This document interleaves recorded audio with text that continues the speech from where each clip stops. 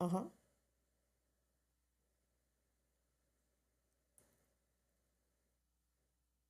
All right. Gang, gang, everybody there, everybody present and accounted for. Welcome, everybody, to the Tuesday edition of Burn It Down with Kim Brown. This is the safe space where we set oppression ablaze because we understand that a better tomorrow is not just mandatory. It is outright necessary to truly not only the survival of us as a people, but truly to the survival of the planet. Capitalism is killing us all. It is killing all human life, killing all life forms. And basically, if we don't overturn that system, we can kiss the rest of everything goodbye. We can kiss it goodbye. I'm so excited that you guys are here with me today. Before we get into the meat of today's program, we have got a fantastic show in store for you. But I wanted to get a couple things out the way really quickly. I wanted to thank the good bruv, JB Font from the Revolutionary Blackout Network. I had the honor and the privilege of joining JB today as a guest. So go on over to JB Font's channel and give the JB show not only a subscribe, but go check out our episode because JB and I, we kind of cut up a little bit today. It was a conversation that went off the rails several times, but it was a good time had by all. So much love going out to JB. I always appreciate the love and the camaraderie that we have with RBN, in addition, of course, to Black Power Media. Also, I wanted to give you guys a heads up. First of all, tomorrow, Wednesday afternoon, turn into By Any Means Necessary with Jackie Luqman and Sean Blackman. I'm going to be joining Jackie Luqman and Sean Blackman. You guys don't understand how excited I am about this. And I will be texting Jackie tonight to remind her that to only throw slow pitch softballs, baby. I am not, I'm not a fastball swinger out here. Hit me with the slow pitch softballs, Jackie Luqman and Sean Blackman. Be nice, be nice. But tune in tomorrow to By Any Means Necessary, 3 p.m. I will be hanging out with Jackie and Sean. I'm very excited about that. And on Thursday, over on RBN, the Revolutionary Blackout Network, I'm going to be kicking it with Sabby Sabs and JB Font. I know what we're going to be talking about on Thursday. I think it's Thursday, 6 p.m. over on RBN. But JB said not to say what we're going to be discussing. So let me just say the topic that we're going to be talking about is one we haven't done a whole show about this, but I will reference, about this particular topic. So I think if you are a Black person or even a non-Black person, Thursday night over on RBN is going to be a conversation that you're going to want to tune in for. So be sure to do that. Do that. Who else we got checking in with us today? I saw Tyler in Infinite Content check in early. Appreciate it. My son, Tyler. And I see we have David Silberg, of course. Big Pun is in the building. Big Teal's in the building. We got Kamari, Dream Child. Come through, Kamari. I appreciate you. Franny Francais is in here.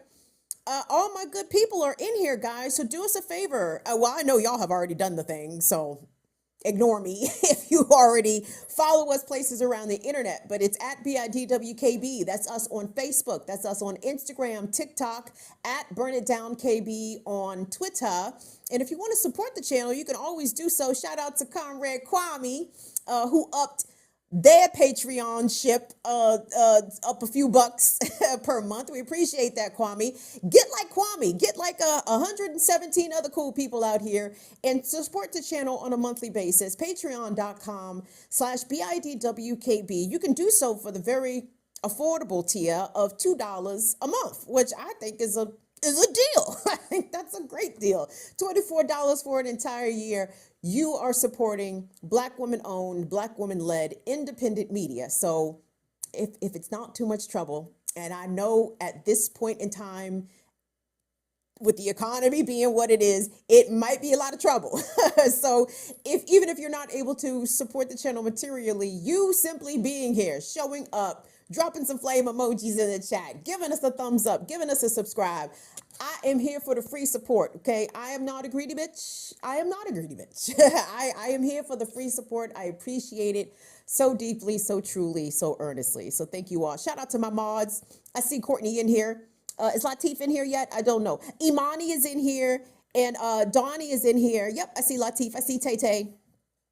And yeah, Imani, I did think y'all was coming for me this morning in the chat, in the BPM chat, because after I had a good chuckle, of course, at the clips of January 6th, and even just talking about January 6th sort of just brings a smile to my face. It really does. And I know y'all think I'm unserious and maybe immature, that, I shouldn't be laughing at the fascists coming to town. And that aspect of it is not funny, but the police getting punched in the face is hilarious, dog. It will never not be funny. It will never not be funny.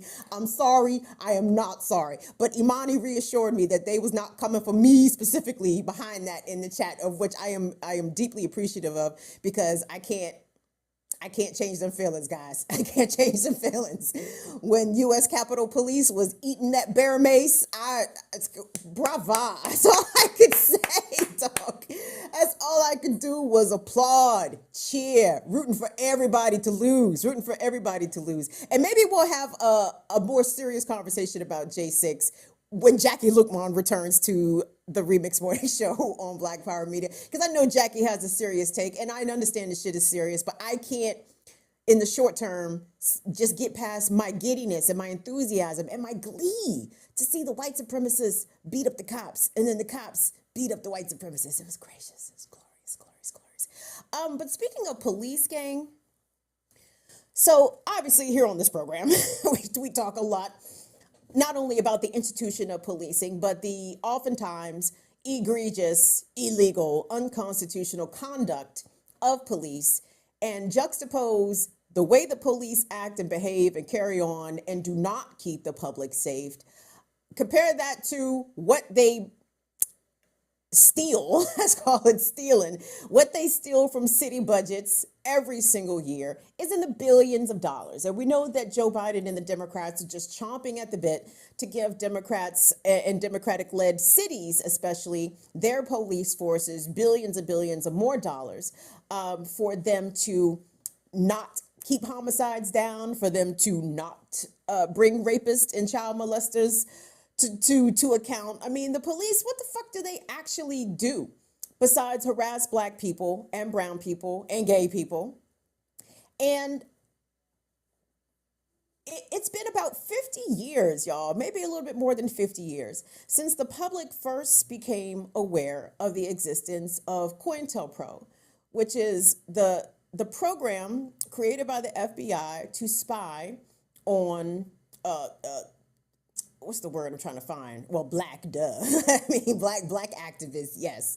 But those who definitely embrace the counterculture and who reject capitalism and who reject this idea of American exceptionalism and mythology, and those who are just trying to struggle and organize for their communities' liberation and freedom and rights, including black people, including Puerto Ricans, including other Hispanics, including gay folks, including the American Indian movement. And I found a clip. Do you think we might be able to run a clip, Tunde, in the midst of bringing our guests in? Okie dokie. So I found this clip on Democracy Now! And I really like Amy Goodman. I've always been a fan of Amy and Juan. I think as far as reporting the news from the left, I think Democracy Now! Does about as a good a job, better than MSNBC. I think we can agree, yeah. And definitely better than PBS, where we can agree there, yeah. Democracy Now!, of course, like any media outlet, is not infallible. Everybody has their flaws, but I appreciate the perspective that Amy and Juan bring. And I found this clip from a year or two ago where they detailed pretty succinctly the burglary that ended up exposing the COINTELPRO program. Because, I mean, if looking back on American history, especially even within the 20th century, it's very easy to see where the U.S. government spied on so-called subversives, spied on communists, spied on socialists, spied on black activists. But it wasn't until the 70s that this type of activity was well known for the masses in order to fully understand the extent of which the U.S. government was spying on its residents. So if we are able, do we have the ability? Awesome. So check out this clip, guys, from Democracy Now!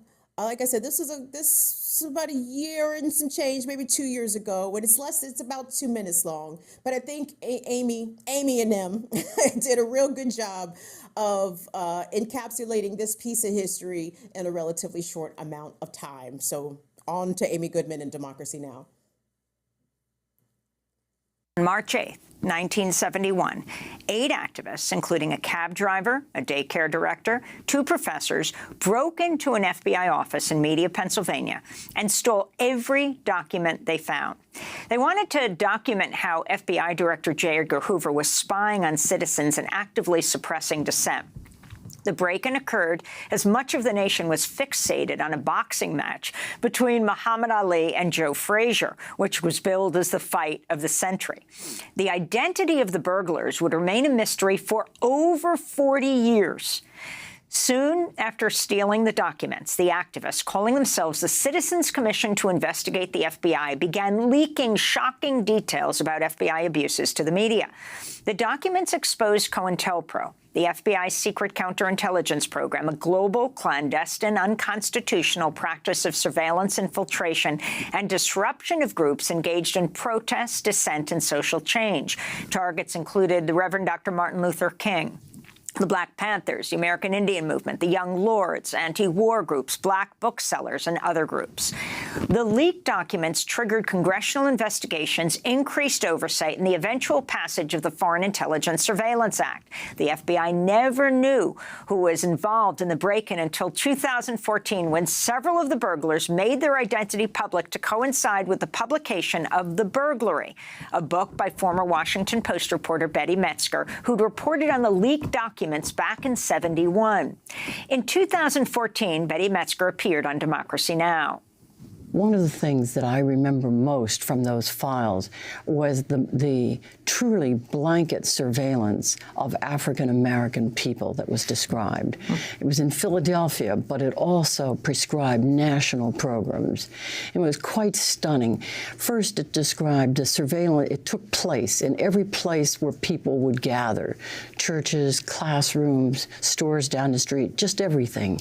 But it also specifically prescribed that every FBI agent was supposed to have an informer just for the purpose of coming back every 2 weeks and talking to them about what they had observed about Black Americans. And in Washington, D.C. at the time, that was 6 informers for every FBI agent informing on Black Americans. The surveillance was so enormous that it led various people, rather sedate people in editorial offices and Congress, to compare it to the Stasi, the dreaded secret police of East Germany. You know, I can appreciate journalists and I guess liberals being appalled at the knowledge that the U.S. government was indeed spying on activists and black booksellers and relatively people who were not terrorists or committing any sort of crime, but had the audacity just to be advocating for the freedom and the liberation of their own communities. Well, y'all, COINTELPRO never went away. In fact, COINTELPRO is very much alive and well in the 21st century, and we've seen lots and lots of examples of that. And today in the DC Court of Appeals, an appeal was heard in the case of DC activist April Goggins. Now, April is a core organizer for Black Lives Matter DC. And just to give you an idea of the kind of time that April is on, because I like to categorize April as being with the shits. If we could take a look at this clip, this is A2, and this clip is courtesy of the Oklahoman. But what this clip is, it is from the U.S. Conference of Mayors at a press conference in 2016. And the person speaking is going to be former Baltimore Mayor Stephanie Rawlins Blake. Stephanie Rawlins Blake. Y'all know how we feel about Stephanie Rawlins Blake.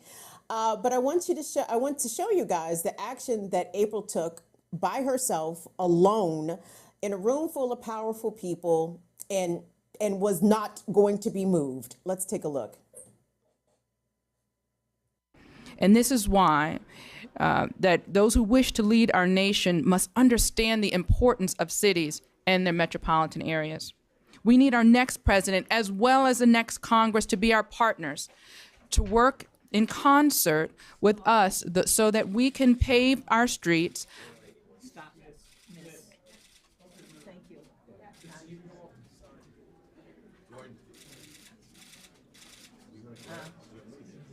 Black Lives Matter. That's why we're here. To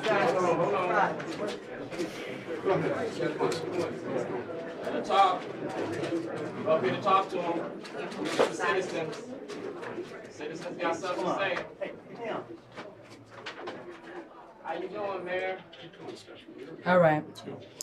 So we need our next president, as well as the Congress, to be our partners, to work in concert with us so we can pave our streets, build more affordable housing, reform our police departments, and create good-paying jobs for those who need them. We are a nonpartisan group, and the one thing we know more than anything else and more than any other group is in the political sphere right now is how we must work together. Our collective message, if you really care about the financial health of this country and the well-being of the people, should be to care about the cities. You definitely need to work with mayors. I want to thank you very much. Visually impaired friends, let me describe the scene for you there. It was a press conference of the mayors of major cities in the U.S. in 2016. And April Goggins, a lone Black woman, stood in front of the podium holding a sign that said 16 shots and a cover-up. Hashtag Laquan McDonald, hashtag resign Rahm, which we know Rahm Emanuel was mayor of the city of Chicago at that time. The previous year, 2015, Chicago police murdered teenager Laquan McDonald with 16 shots, and Rahm Emanuel was complicit in the cover-up of that young man's murder. And April stood there at the U.S. Conference of Mayors with her sign, silently, but yet saying it oh so loudly, and calling out the hypocrisy of that moment. And guys, I'd like to welcome April Goggins to the show today. She is joined along with Max Rameau. Max is an organizer for PACA, the Pan-African Community Action, which is a community organizing group made up of Black and African people. It is also a member organization of the Black Alliance for Peace. Max and April, thank you guys so much for making time today and to get us caught up on I have to say, April, I was not even familiar that you were part of this lawsuit or that you had sued Metropolitan Police in this instance. So I thank you so much for joining us and for bringing us up to speed about your court actions and your filings against the MPD. Absolutely. So, sorry, it's interesting looking at myself here.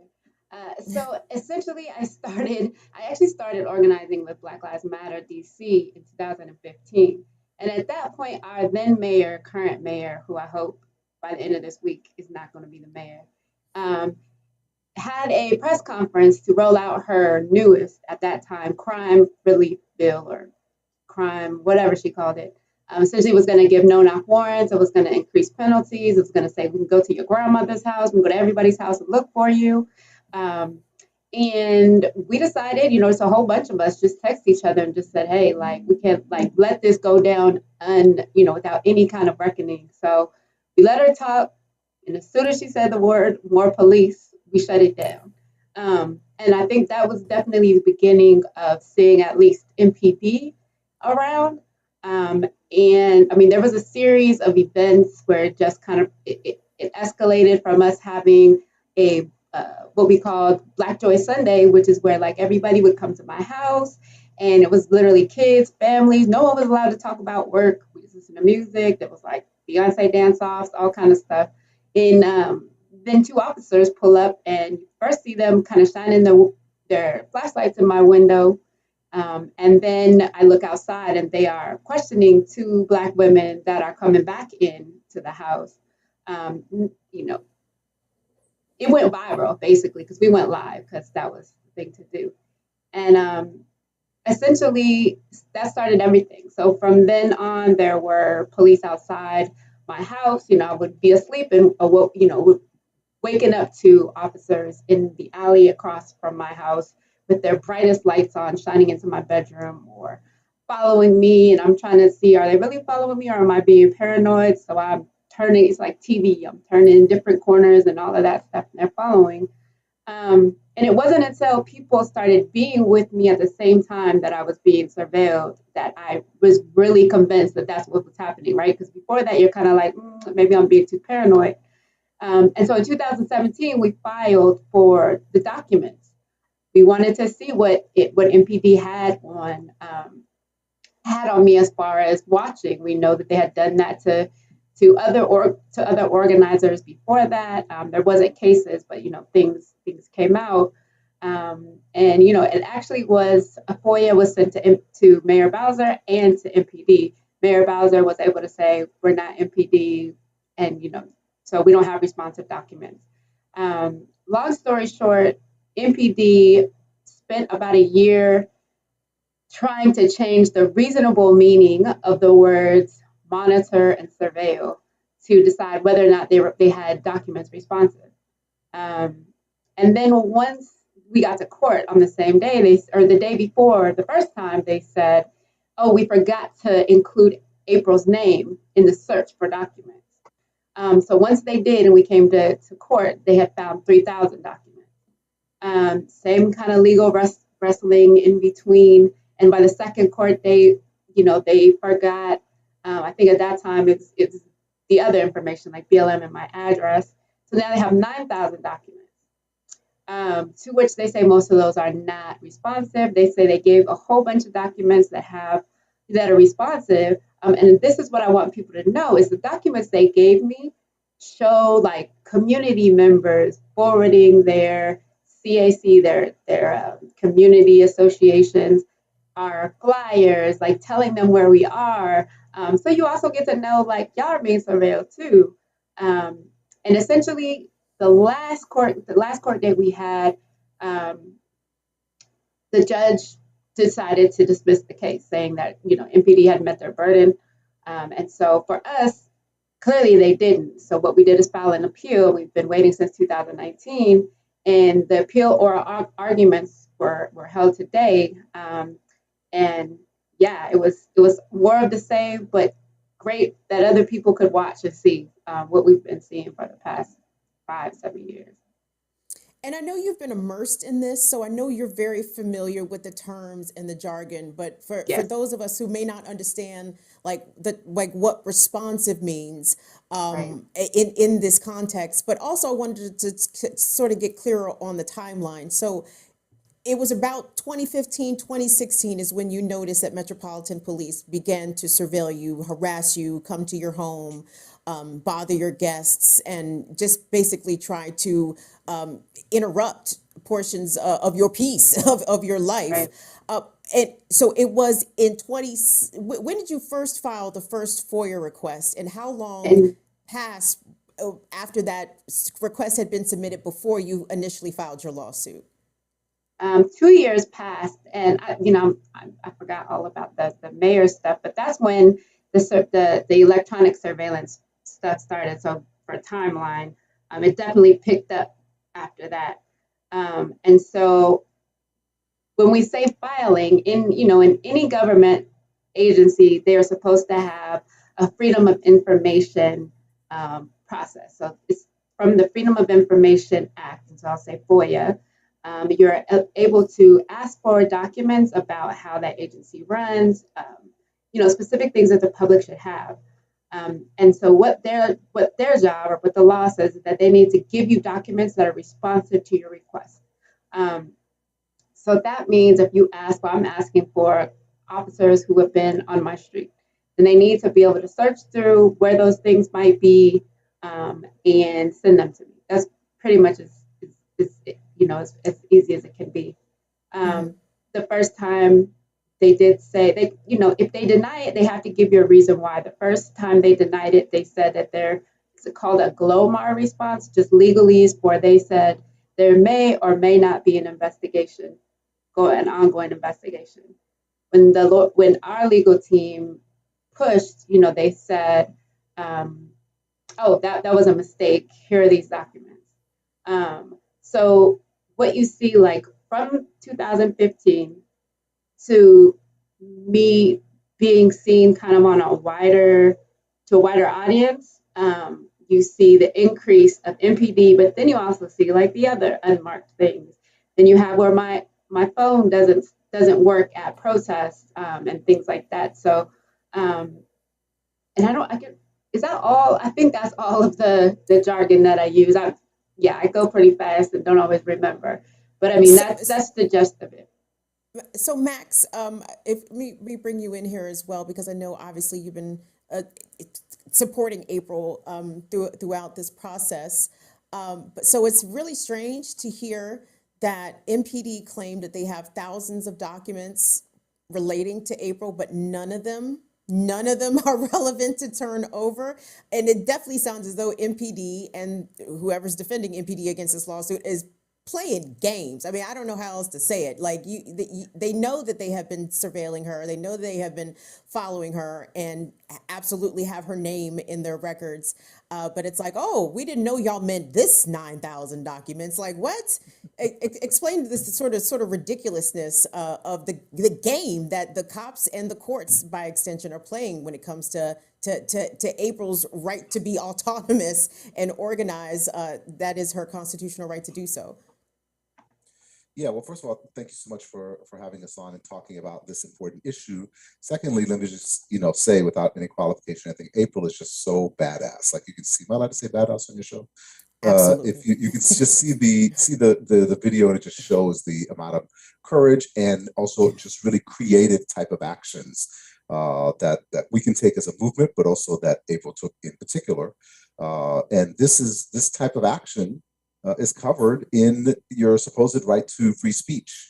But the reality is if you do something that's covered in your right to free speech, supposedly, and then as a result of doing that, you get followed around by the police and you get harassed by the police, and then you get surveilled, and then they keep documents from you, then you don't actually have the right to free speech.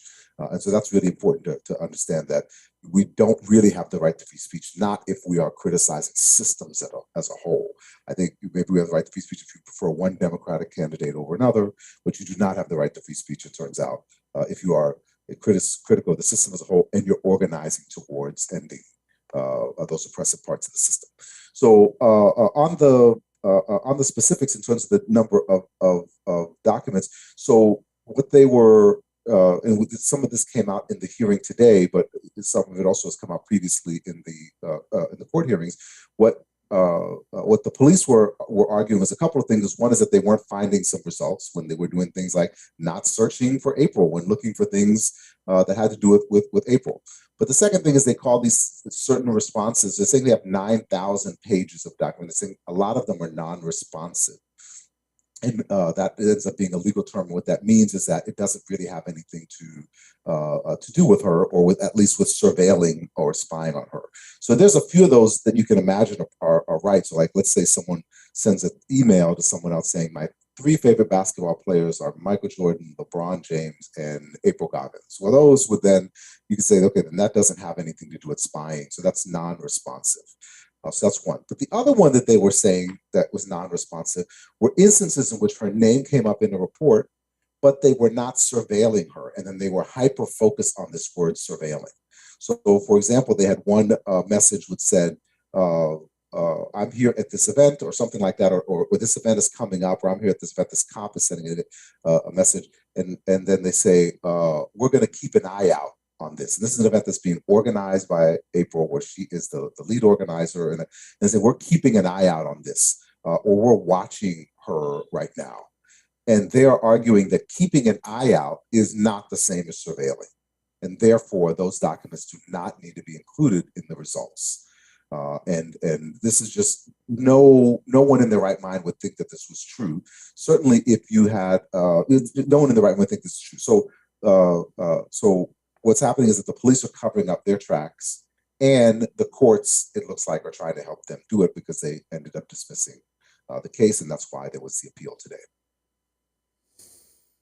I watched part of the hearings. I wasn't able to watch the whole thing, and so let me rephrase. Let me reset here for a moment, because I have to say the facts that you guys are presenting are not confusing, right? I'm able to follow everything that you're saying.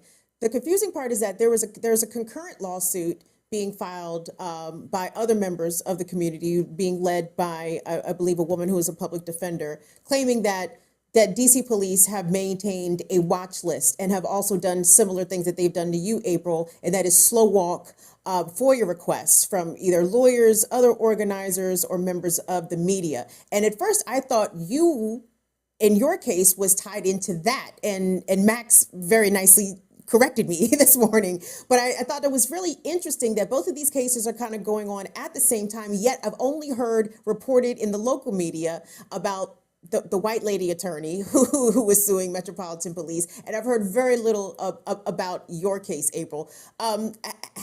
As a resident of DC, what is your take on the ways, I suppose, in which the media has covered these cases, and I guess generally covers Metropolitan Police generally, and I already know the answer to that. It's very friendly. The MPD have a relatively very friendly relationship with local media here in the area. But let me get your take on the widespread knowledge about the battle that you're facing, whereas I have seen this other case covered a lot in local press. Yeah, so it was clear to me that day. It's because I'm a Black woman. Like, Black woman, I'm supposed to be able to take this. Why am I can get up in front of the mayors, I can shut the mayor down, I can do all of these things. So apparently, it doesn't really matter. It's one person. This is a personal vendetta. I also just I have a grassroots backing, and that still isn't valued the way that it should be. There's people and organizations that are able to, jump on those other kind of cases, but it's not sexy enough to have a Black woman who is actually directly impacted be your example. And yeah, the media here is, it's one thing to say that journalists sometimes err on the side of, or aren't as impartial. They blatantly restate, redefine, define every single thing about Black people in the MPD based on what MPD says. And if people get a chance, one of the, whenever there's a police murder in DC, this is just an example. By the time they get the name of that person out, they can tell you how many Skittles they stole off their friend's desk in preschool, basically. True or not, because we can't talk to that friend from kindergarten. But one of the most recent examples is DeAndre Johnson, where by the time you got his name, nobody would even look at his case because they had assassinated his character so badly.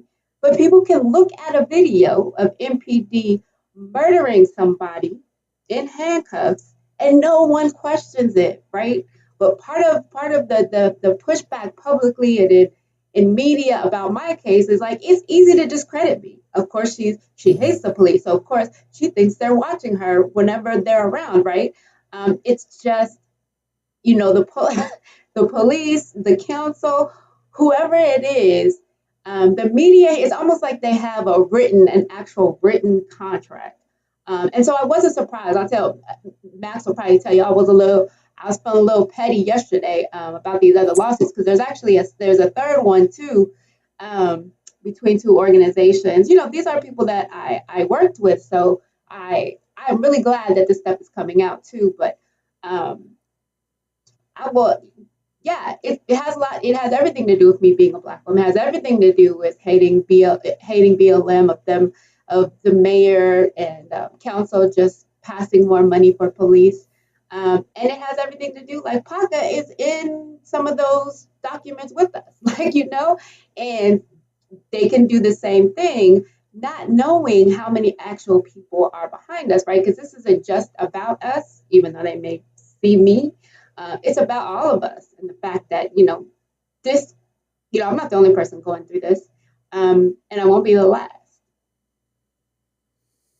What was the outcome today? Is the ruling from the Court of Appeals? Have they set a date as to when they plan to announce their, which way they intend to rule?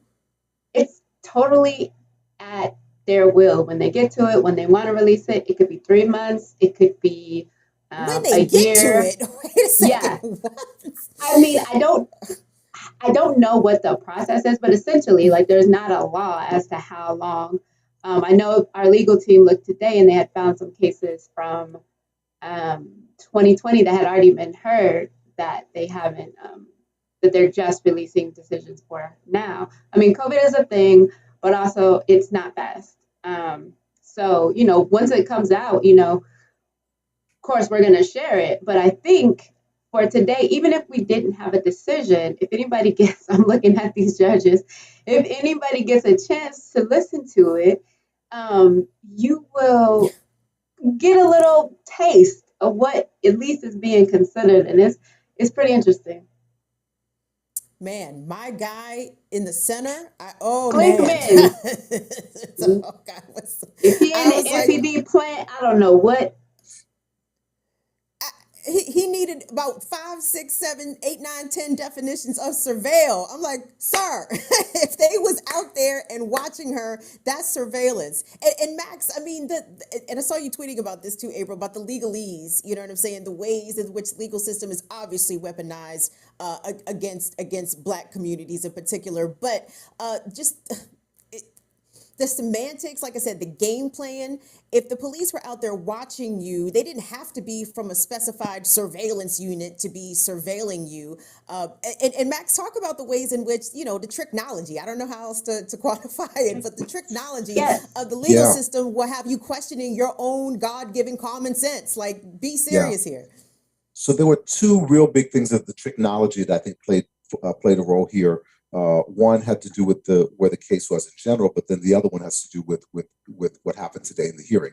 So in the hearing today, the white male judge Glickman was basically incredulous, saying, well, if these are non-responsive, these don't actually count towards it. Because in the one that he's asking, well, do you have any examples of the few that they gave you that did count, even though you're saying, and the April's lawyer brought out that, well, there's one where they said, here's a meeting that April is organizing, and they said they're going to keep an eye out on it. They're going to keep an eye out on this meeting that is organized by April, who they're following around, and they're going to go to infiltrate the meeting. And this is what they're saying in the messages, and they're saying that this message doesn't count. This is non-responsive. And the judge is like, well, this is non-responsive. They weren't following her. They were following a meeting that she was organizing. And the only reason, of course, they were looking at it or following it was because she was organizing the meeting. And she said, well, the technology then is, oh, well, at that time, they weren't surveilling her. They were surveilling the meeting. And therefore, they weren't even really looking at her. And that doesn't fall in the scope of what you asked for. You didn't say to look at the meetings that you didn't say in your request for a FOIA that you look at the meetings. You said, look at her. But you can see how absurd that is. And you can imagine how absurd it would be in reverse. So let's say Officer Smith was given the job of surveilling Jesse James, the bank robber. And he writes in his report, Jesse James went to the bank robbers national convention today. And he walked in, he sat in the third row, and he had chicken for lunch.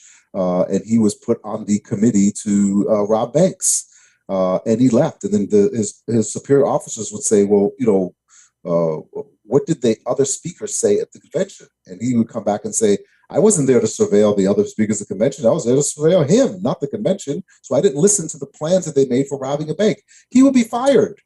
And they would say, this is idiotic. You're there to surveil him, and you're at a conference.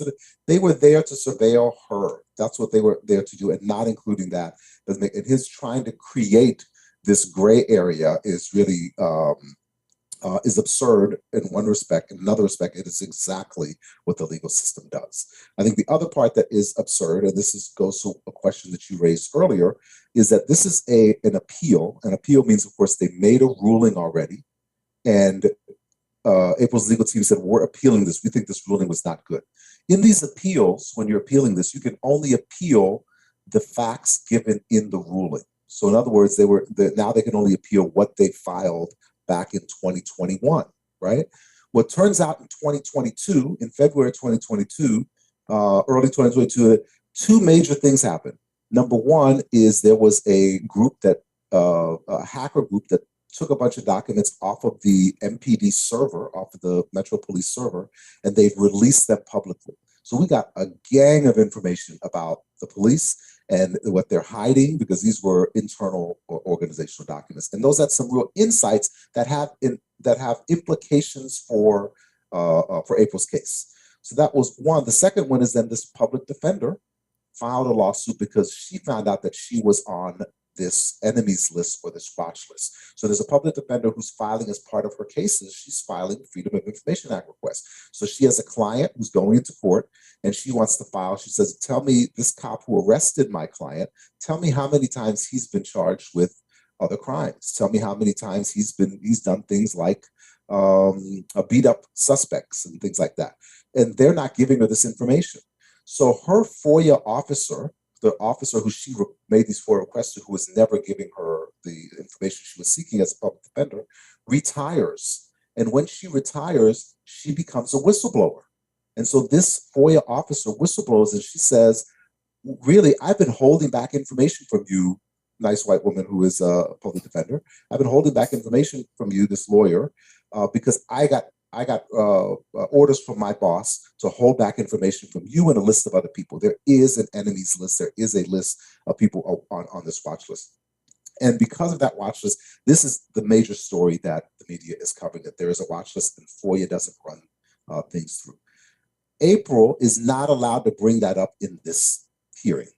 So even as they're saying, well, we didn't hold anything back, we gave you everything, we know that they could be in court tomorrow with this white woman who's going to prove and has already proved that they are holding stuff back. But April's not allowed to say that in court because all she's doing is doing this hearing. And I do one step further. The FOIA officer who was the whistleblower for this other case that is making all this local news around this was April's FOIA officer, was the same one that April was making these requests to, and she was denying April these documents. Everyone knows, these judges read the paper, they know this is happening, and they're acting like, oh, nothing's going on here, nothing's unusual here. Clearly, they've been acting in good faith, which is a legal term as well, and they've been finding this information. This is complete and total absurdity, this is complete and total insanity, and this is the way that they do the technology to keep us here. They don't have to include things that are on the news today about them doing it. I'll give you one more thing. They were talking about one of the cops who's been surveilling, who's basically given the job of following April around, and they were saying, well, you've been asking cops this. You should have, when you had a chance to, ask cops questions, you should have been asking, well, is this what you wanted? You should have asked him. Of course, because this happened before, what April's lawyers were not allowed to say is that this cop who was following April around since the last decision, so therefore they can't bring it in, has been arrested and charged with trafficking guns in the District of Columbia. So the cop who was following her around during the daytime, at nighttime, was trafficking guns in DC, and she's not allowed to say that. Don't forget that whistleblower / FOIA officer in my case was also those two officers' commanders at the time the harassment was happening. Right? So when they talked today about, the lawyer for the city says, well, she had the opportunity to depose this other officer, but she didn't do it despite delays. And I was like, are you kidding me? The week before he was supposed to get deposed, he got arrested. Like, that was y'all telling us. Yeah, but they can't bring that up because of the technology rules of hearings and what you're allowed to bring in as evidence. Preposterous. It's April, insane. It is insane. And I really hate that this is impacting like your actual real life and the real lives of other organizers and their families. But this is clown shit. Like, I don't know how else to categorize this. Absolute Is clown shit. Clown shit. Let me ask a more broader question here. What does the lack of transparency, what does that mean for policing in the residents of the District of Columbia, when the MPD does not have to be forthcoming about the ways in which they conduct themselves, the ways in which they are spending money, the ways in which resources are being spent on the street? What does that do for people who actually live in the city? You know what I'm saying? When the police don't have to come up and say, this is what we're doing, And we know that they're going to do that anyway, because that's what they're doing now. They have been stonewalling not only your FOIA request, but FOIA requests of other people, as we talked about, related to other lawsuits. So this is obviously standard operating procedure. They are not going to be forthcoming with their records. What does that mean for not only the public trust, but for public safety at large? Because the police don't keep us safe, right? So if they're not being transparent, then they're the ones who are harming us. It means that people consistently make decisions and push for things that are against their real self-interest. Like, it means that they continue to ask for police without looking at whether or not the police are doing what they think that they're doing. It makes them think that the gun squad jumping out on their nephews and brothers and little sisters is getting guns off the street when they're getting 1% of 86,000 stops. So continually making decisions of over policing their communities, of asking for more. The fact that we have more police in schools than we do counselors, librarians, like it's off the chain, and people will accept it because they have been told over and over by the mayor, by Police Chief Robert Conti, by the council, that there are repeat violent offenders out here doing things, and we have to do this, this, and this to be able to stop them, because the fact of the matter is they cannot stop what is happening. Probably because they're trafficking guns, as we see. They're also, going on the street and making people think that they are snitches. But it confounds me that my neighbors consistently ask for more police. Like, they're consistently saying it's okay if they kill, murder, whatever, Black folks on the street, if it means getting one gun off the street and it's not my kid. I have to say, I don't want this to come off the wrong way, and I don't mean it in a completely cold or heartless way. But Malcolm X talked a lot about the difference between the wolf and the fox, and how the wolf would come down to get the sheep in a very aggressive way and show their teeth, and it would scare the sheep away. But the fox would come quietly and as a friend and lay down next to them for a little while, and then kill the sheep while the sheep relaxed and were unaware that the fox was actually trying to kill them. And he said, they were doing the same thing. They both have the same appetite. They both want to kill the sheep, but they have different methods of doing so. And if you look at the end results, the fox actually gets more pork chops than the sheep than the wolf does. I don't think it's good to have non-transparent systems of government, just to be clear. With that said, I don't think that the police are doing our communities any good. And I think when they don't do us any good, but they have these other systems of either transparency or public relations, then it tricks us into thinking that they are our friends. Like, I don't think they should have a Boys and Girls Club, not only because it ends up putting a bunch of money into the police department that they don't need, that could go elsewhere. Why are you having cops teach basketball? Why don't you hire a basketball coach to teach basketball, right? So right. They should then, what it does is then puts this quiet, nice face on ultimately a murdering machine. And in the same way, their dialectically, their overall tendency is to get more and more aggressive and more oppressive. I need them to get to that point, because it's easier now to convince people that the police are not on our side, when we could show them direct facts and say they're shooting us, they're arresting large numbers of us falsely, even if you think people should be arrested and do certain things. They're arresting large number of people falsely, and they're denying us information when we're speaking out about those things, denying us our rights when they're speaking out. I would rather have them tell us who they are. And now it's our job to say to our people, they're telling us who they are, just believe them. Believe them. If they were giving her the documents on a silver platter, giving April these documents on a silver platter, they'd be saying, yes, we're spying on you, and we'll see you tomorrow at 8. And then everyone will say, well, there's transparent government. That's what we wanted. And, hopefully they won't do anything worse to her. But if they do, then at least they'll be transparent about it. Right. I don't want a transparent a police department. I want a force for community safety that our communities control. not one that's controlled by Mayor Bowser, not one that's controlled by big business. We need a community force that keeps our community safe, and that's the way that we're going to be safe, not by having a slave catchers who have a Freedom of Information Act system. Hell I no. I want to ask you guys about Mayor Bowser because Woo! the Please do. DC Democratic mayoral primary is coming up. But hold on, but I'm coming to Mayor Bowser in a second. Before that, I would like for you both to answer. And April, I'll start with you. Like, what are the ways in which this police harassment, this police surveillance, has harmed you?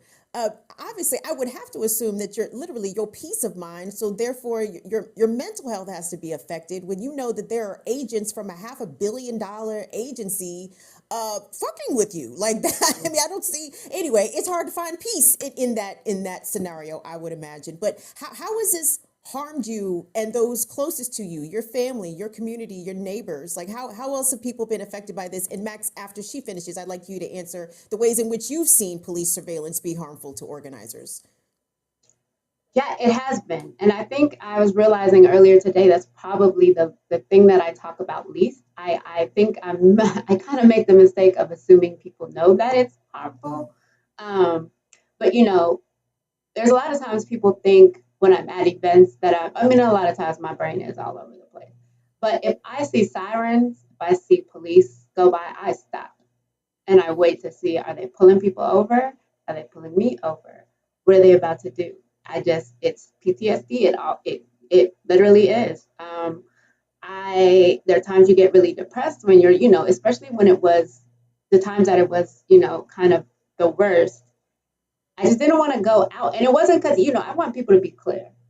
There's a being scared and wanting, you know, being scared and wanting to curl up. And then there's being scared and continuing to live knowing that you're going to be scared, right? And my parents, I was doxxed. So when I was doxxed, that would be, yeah.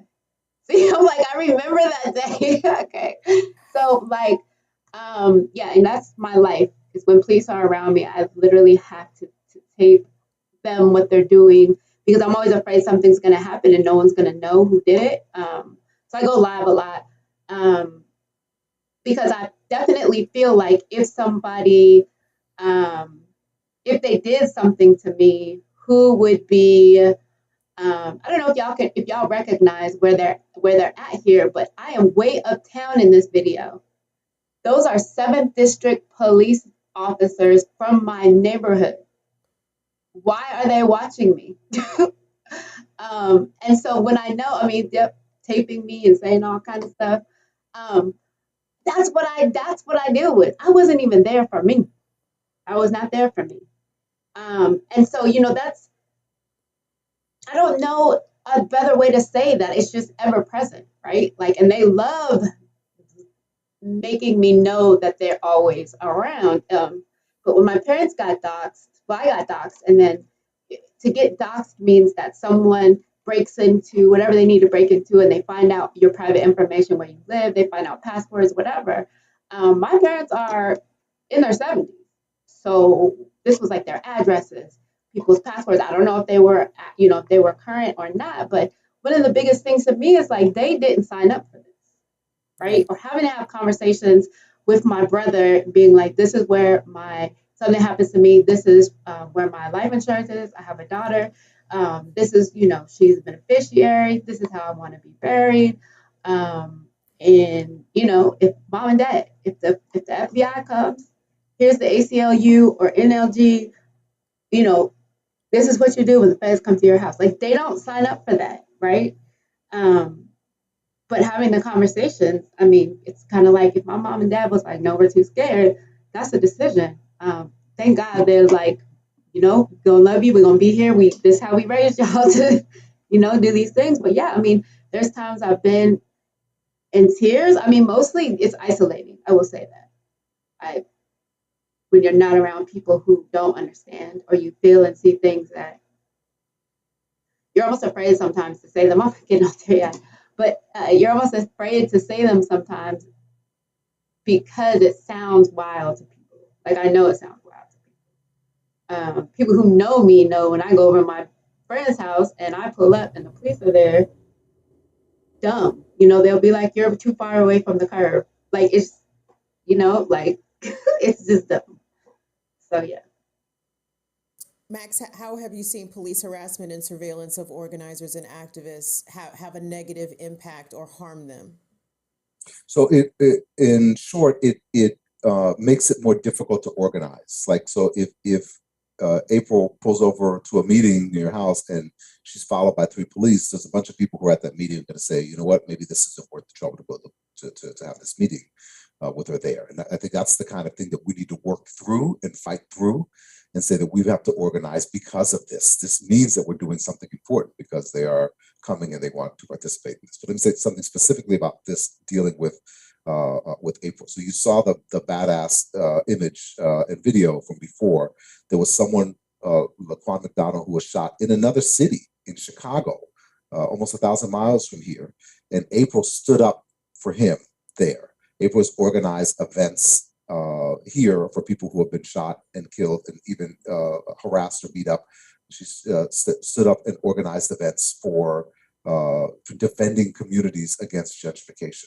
So, if you're watching this show, you're at some level of consciousness and you probably have engaged in some level of organizing. You're on some list somewhere. And if something happens to you, there's someone out here who's going to stand up for you, and you're looking at her. That's her right there. She will stand up for you, at least in the way that she did for Laquan McDonald. What's going to happen if they get her? Who's going to stand up for her? And then forget about who's going to stand up for her in a minute. Make this a self-interest campaign. Who's going to stand up for you? Who's going to do this for you? And that's what we need to be thinking about. We all have a self-interest campaign and standing up and showing up for Black women in general. We have a self-interest campaign in standing up and showing up for April in particular, because she has done this for us and we need to be able to return the favor. And if we're not able to do this, we're not going to be able to sustain a movement.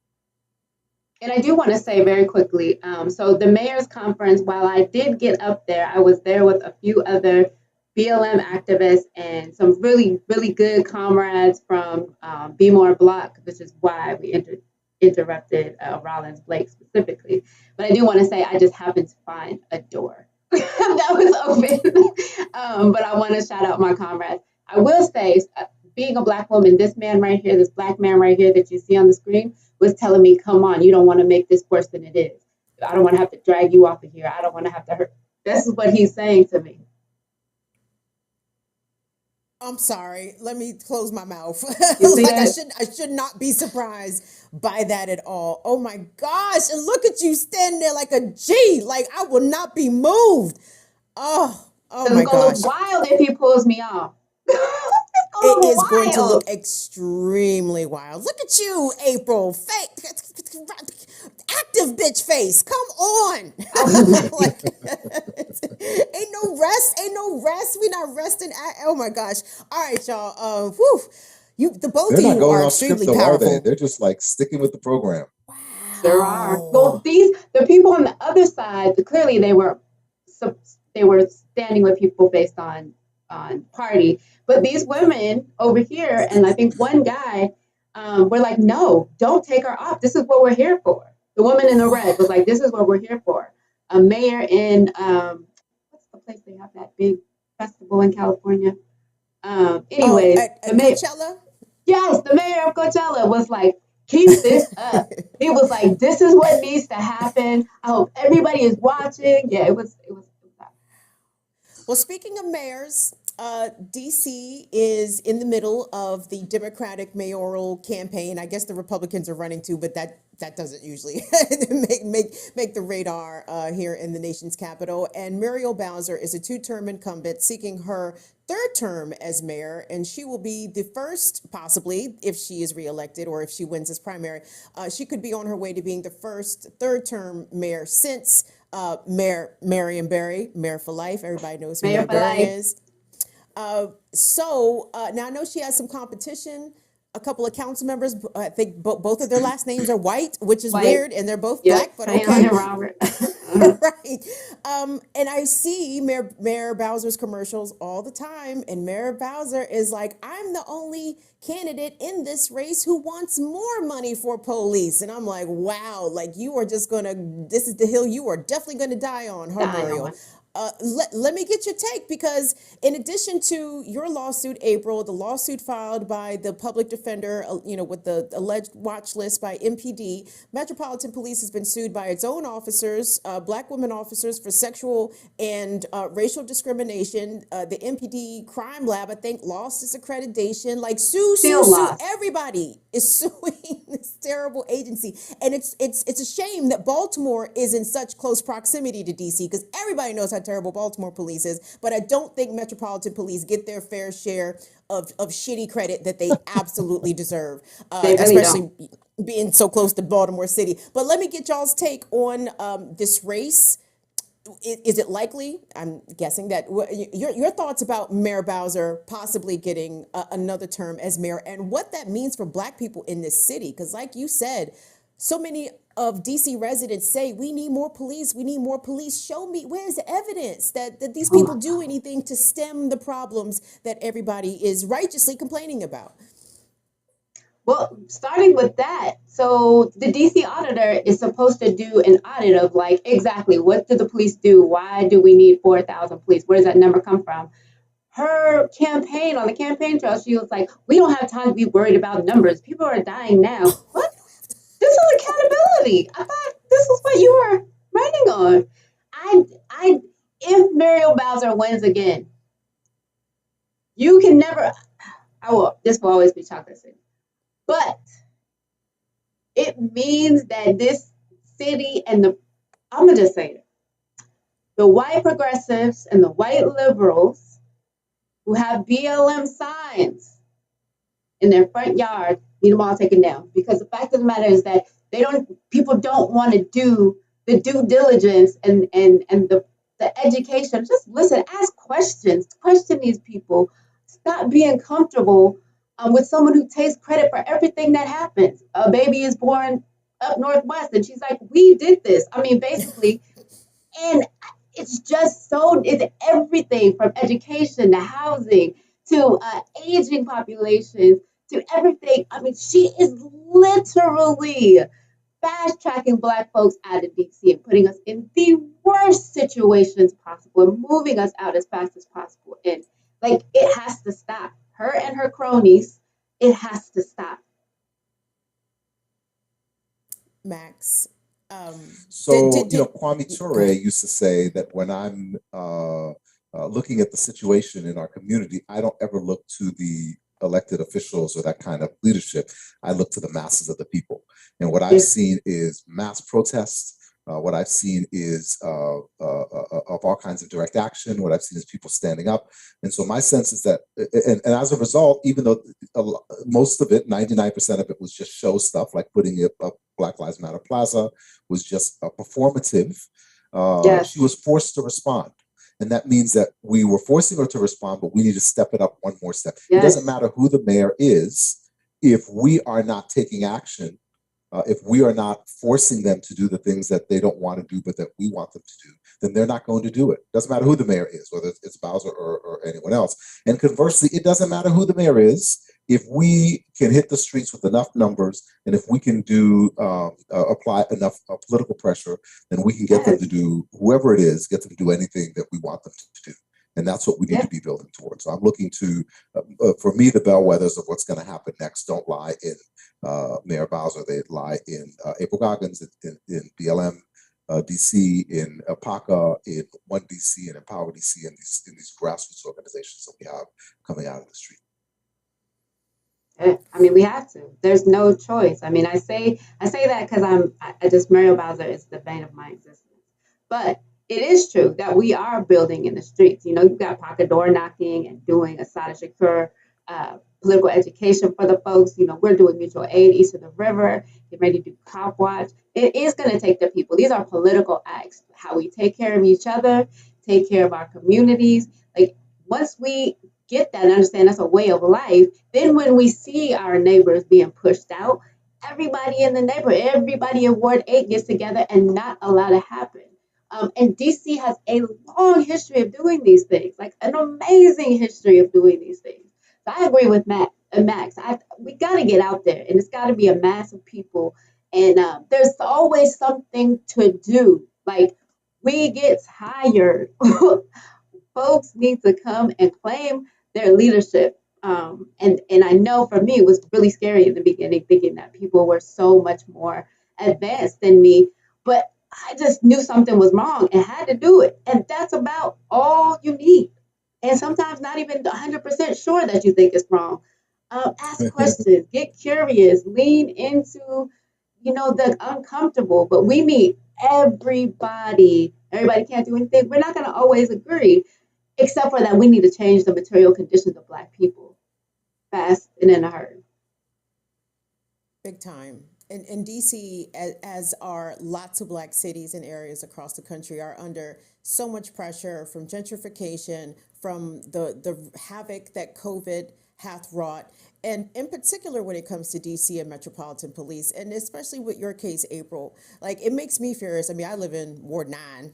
That's PG County, Maryland. I do not live in DC, but anyway. But it makes me furious against the backdrop of this week's January 6 hearings, right? And how $1.5 billion worth of policing did not know that 10,000 racists was coming to town on January 6th, but I bet you they knew April Goggins had a hair appointment on January the 4th. You know what I'm saying? Like, what is all this money for if it's just being spent to harass non-criminal actors in the city, people who are just organizing, trying to stand up for everybody else. But meanwhile, actual marauders, actual insurrectionists were allowed to come to the Capitol. And as somebody said on Twitter, on a viral tweet, that this crowd of white marauders was able to exit the Capitol like they had just let out of a concert, right? Unimpeded, uninterrupted, unarrested. But they knew where April was. They knew where the rest of Black Lives Matter DC was. And it's just a horrific use of resources that could definitely be reapplied to keep people in their houses, to get people health care, to make sure that the citizens in the community have the things that they need, not the police have the things that they need. So BLM put out a statement on the 5th and told them it was going to happen, and put out screenshots from Parler and all those places with all of those people saying exactly what they were going to do, and they did it. And see, I was they across the could have street when it ran happened. y'all I some didn't know money. what those white people were doing. They could have ran y'all the $1 million in social media surveillance because y'all I'm just knew. saying. We weren't Y'all had even more. going on the street with the Capitol. Come on. Well, April, first of all, everybody here stands with you. We stand next to you. We stand by you. We are supporting you in this effort.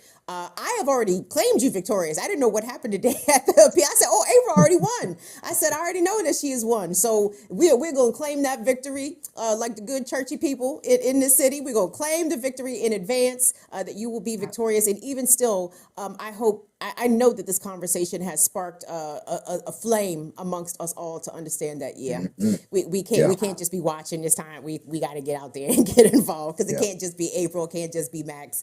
It's got to be everybody. So thank you both for making the time. Thank you and for having us on. Being so generous with your explanations and the sharing of your personal experiences. April Goggins from Black Lives Matter DC. She is a core organizer there. Also she's anti-capitalist, anti-fascist. She's an abolitionist. And Max Rameau from PACA. Shout out to PACA. Shout out to PACA. Black Alliance for Peace. We respect all the organizations that are doing this work domestically and internationally. So we thank you both for your time today. Thank you, guys. Thank you. Woo! Shout out to the good brother Netfa Freeman from PACA.